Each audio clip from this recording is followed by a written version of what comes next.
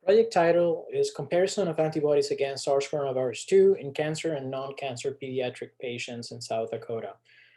Some background is that the disease burden in children remains unknown, with a clinical presentation ranging from asymptomatic to critically ill patients.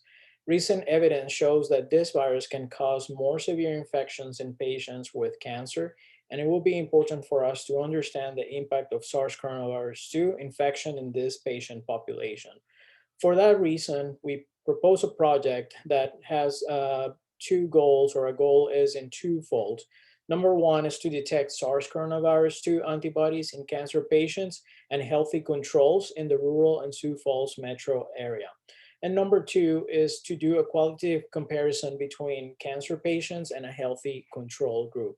With our central hypothesis is that antibodies against SARS coronavirus 2 in the serum of cancer patients can identify patients at increased risk for infections with SARS coronavirus 2.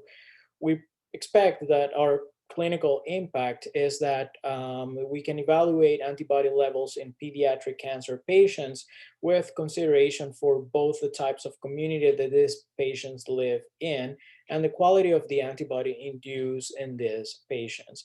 This information will help drive our understanding of immunity against SARS coronavirus 2 with emphasis on this at-risk patient population.